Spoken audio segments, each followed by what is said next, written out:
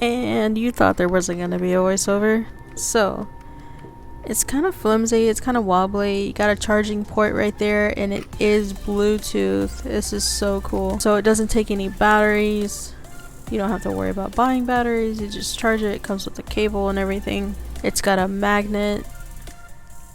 Right here, I'll show you.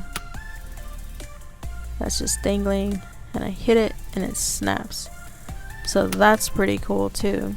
So this is a 13-inch MacBook Air, and it almost matches the size of it. The keys almost feel like identical to the Mac, so this is a plus for me because I love the way MacBook Air or anything just Mac period feels. This keyboard does have an on and off button, which is like awesome, so you're not running out of batteries.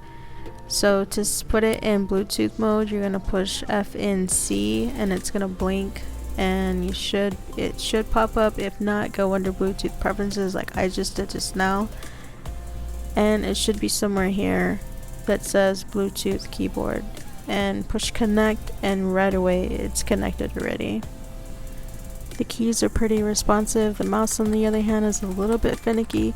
Like on certain applications like Ableton, I'm not able to zoom in wideways on the keyboard, but other than that, overall it's a pretty good product and I really like it. Conclusion, is it worth the money and is it worth buying? Yes and yes.